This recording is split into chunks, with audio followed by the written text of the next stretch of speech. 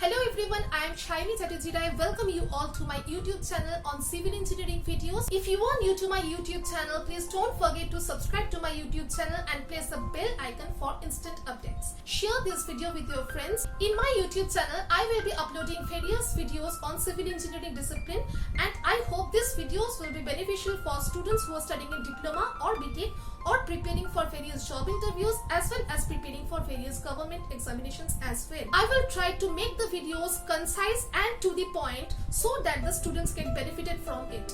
You can find more videos on concrete technology in the link given here. So let's start the video. Today in this video of concrete technology, we are going to study about one of the most important ingredients of concrete, that is cement. Cement acts as a binding agent in concrete. So today in this video we will study about cement in detail. The history of cementing material is as old as the history of engineering construction in this world. Now if we consider the history of construction, then we can see that in the earlier times the Romanians, Egyptians as well as the Indians used some kind of cementing materials by burning gypsum. Archaeologists have not focused into the quality of cementing materials which are used in the construction of Harappa and Mohenjo-daro. Later, when we focus into the history of engineering construction, we can find that the Greeks as well as the Romans have some sort of knowledge about cementing materials. They used some sort of volcanic ash or tuff, and when they mixed it with sand and lime, in addition to water, they used fresh water or some salty water also for making construction of structures. They found that this volcanic ash, when mixed with these ingredients, they give better durability and better strength. So from that times they have introduced that some cementing material when used in the construction can give better durability and better strength. From that time only they believed that cementing material has to be used in construction. At that times volcanic material in that regions were very much common, so they used volcanic dust as a binding agent. They found that this volcanic dust or volcanic ash, or which is also known as tuff, is mainly siliceous in nature. And surprisingly, this volcanic ash or tuff is later on named as pozzolana. This pozzolana was also renamed to another material which was either natural or artificial, and that material was having the same composition as that of this tuff or volcanic ash, and that material was found in a place called as Pozzuoli. As that material was found in a place called as Pozzuoli, that's why the name also was renamed as Pozzolana. And you will be surprised to know that a cement is in the name of this place Pozzuoli, which is known as Pozzolana cement. Now as we were looking into the history of cement in primitive times for construction purposes, we have focused into the Greek and Roman architecture. But now we will focus on India. India also has a bright history of producing this cementing material. First time in the history of India, cement was manufactured at Madras in 1904. So first time India manufactured cement in 1904 near Madras. And in Madras, this was done by South India Manufacturing Company.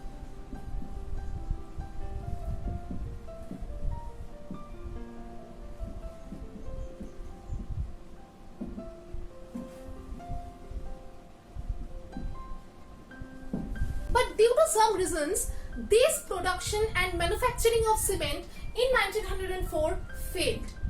So after this failure, the Indians did not stop.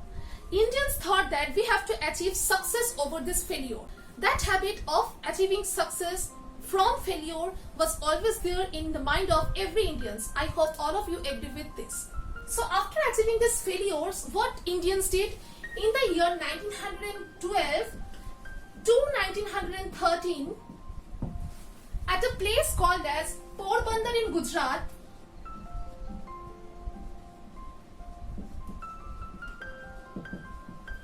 and after doing doing lots and lots of research work from 1912 to 1913, finally by the year 1914, the Indian Cement Company Limited at Porbandar in Gujarat produced 1000 tons of Portland cement.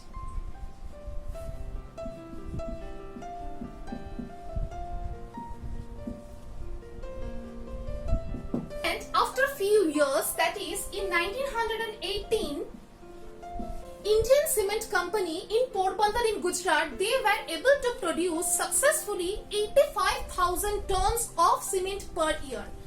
So by the end of 1918, Indian Company Limited produced 85,000 tons of Portland cement per year.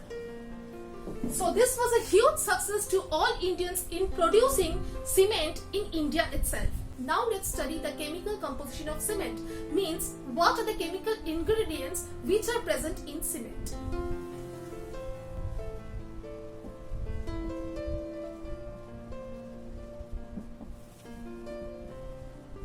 OPC stands for Ordinary Portland Cement. The first very important chemical composition of ordinary Portland cement is lime or calcium oxide. The percentage of lime in cement is 60 to 67%. Next important chemical composition of cement is silica. That is SiO2. The percentage of silica in composition of cement is 17 to 25%. The third important chemical composition of cement is alumina, that is Al2O3, and the percentage is 3 to 8%. The next important chemical composition of cement is iron oxide.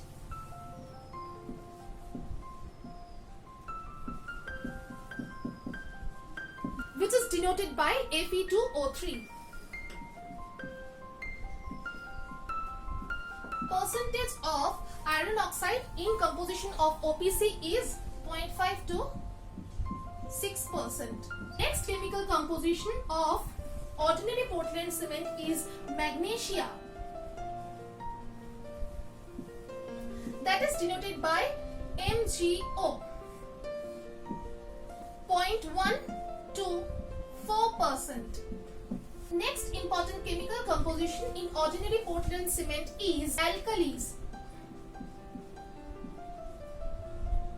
What are the alkalis that are present in ordinary Portland cement? They are nothing but K2O and Na2O.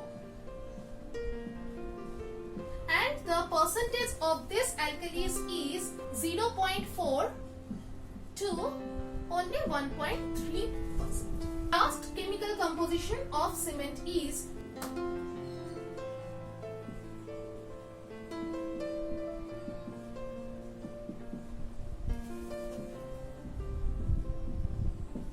and its percentage in OPC is 1.3 to only 3%.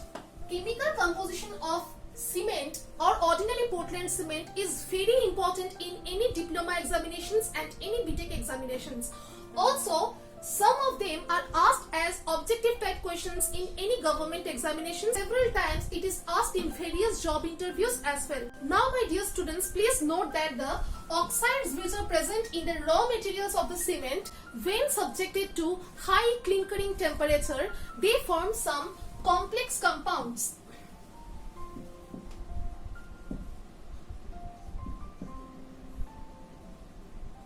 Study of these complex compounds was done by a scientist who was R.H. Boggio.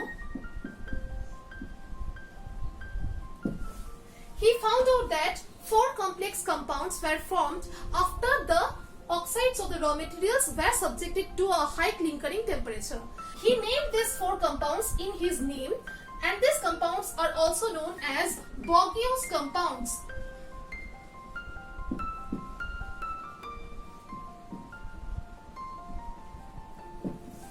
So now we will study the 4 Bogius compounds in detail. Now we will see what are the 4 Bogius compounds. The first one is tricalcium silicate.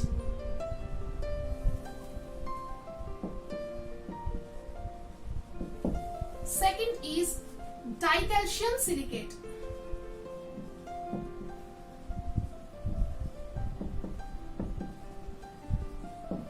Third one is tricalcium aluminate.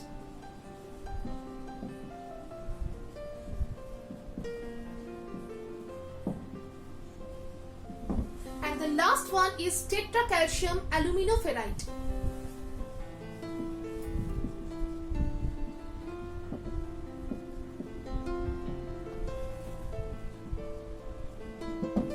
Now let's see the chemical formula for all these 4 Bogius compounds. The first one is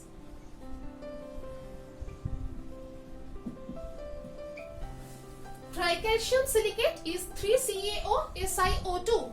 Dicalcium silicate, that means 2 calcium oxide, that is 2CaO SiO2. This was tricalcium silicate, so 3CaO SiO2. Now is tricalcium aluminate, that means 3 calcium oxide and aluminate is Al2O3. So 3CaO Al2O3. And the last one is tetracalcium aluminoferrite. It is written as tetracalcium. Tetra means 4. Tetra means 4 calcium oxide. Alumino is Al2O3. Ferrite is Fe2O3. So 4CaO Al2O3 Fe2O3 is the chemical formula. 4CaO Al2O3 Fe2O3. So I hope the chemical formula of these 4 Bogius compounds is clear to all of you. So now you may be wondering that these formulas are so long. This formula is super big. So there must be some abbreviated formula for this 4 also. Yes, you are correct. So now we will see what is the abbreviated formula for 4 Bogius compounds. First is tricalcium silicate, 3CaO SiO2. So the abbreviated formula for the same is C3S. This is the abbreviated formula. For dicalcium silicate, it is C2S. For tricalcium aluminate, so 3CaO. So we will replace CaO with C. So it is C3. Al2O3 will be designated by A. So it is A. C3A. Now you can analyze that C is designated by CaO. So I will write in short that C is nothing but CaO. Correct?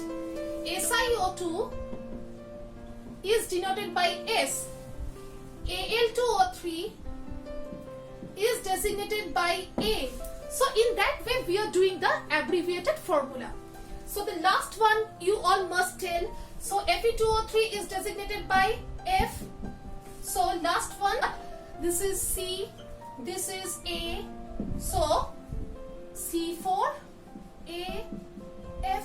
So this is the abbreviated formula for tetracalcium aluminoferrite. Now my dear students, we all know that the reaction of water with cement is exothermic. So it is an exothermic process. So when water is added to cement, a huge amount of heat is liberated in this process. So this heat which is evolved is known as the heat of hydration. The reaction of the compounds of the cement, that is the Bogius compounds and other products, can be designated by the equation 3CaO SiO2 plus 6 water molecules,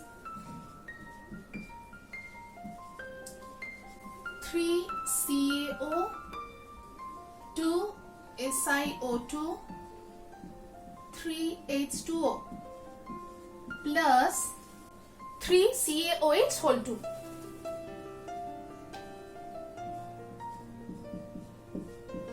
Now we are going to represent this equation in the abbreviated form. So 3CaO SiO2 is known as C3S. H2O will be designated as H. CaO by C. SiO2 with S. H2O with H. And CaOH whole 2 will be as it is. Rewrite it as 2C3S plus 6H C3S2H3 S2H3 plus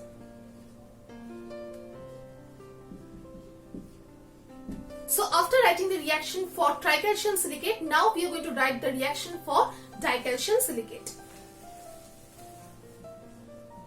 So dicalcium silicate is 2CaO SiO2 plus 4H2O, that is water molecules, and the reaction gives 3CaO 2SiO2 3H2O plus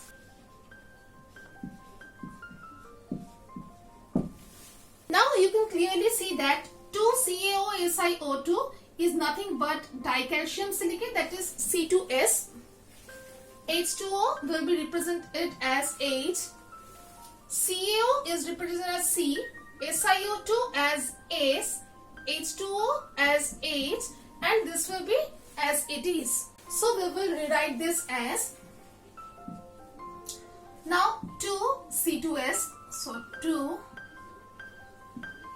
plus 4H gives C3S2H3 C3S2H3 plus CaOH whole 2. So this is the abbreviated reaction for this above reaction.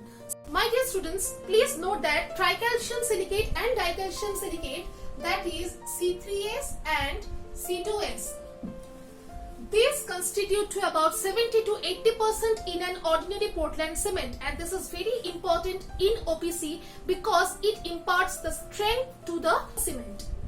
Tricalcium silicate and dicalcium silicate helps to resist acids, alkali attacks, and makes the cement more durable.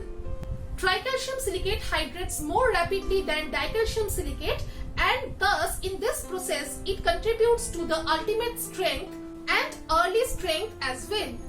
On the other hand, dicalcium silicate hydrates a little later and contributes to the strength after 7 days. Reactions in presence of gypsum are C3A, that is tricalcium aluminate, 32 3 CaSO4.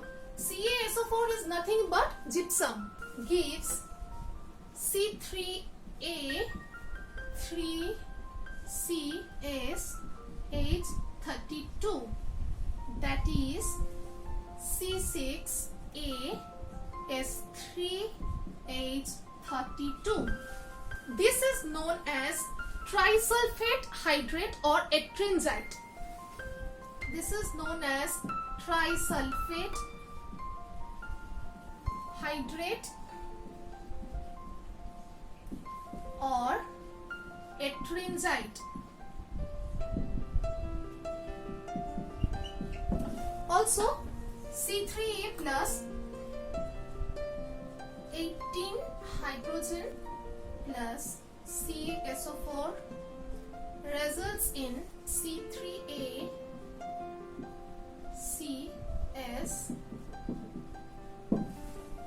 that is C4A, because C3 and here also C is there, so C4A SH18. This is known as monosulfate hydrate.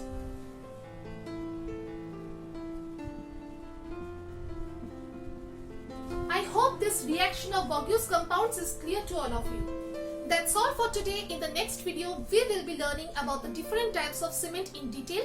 Please don't forget to subscribe to my YouTube channel and press the bell icon for instant updates. Share this video with your friends. So goodbye for today and meet you all in our next video.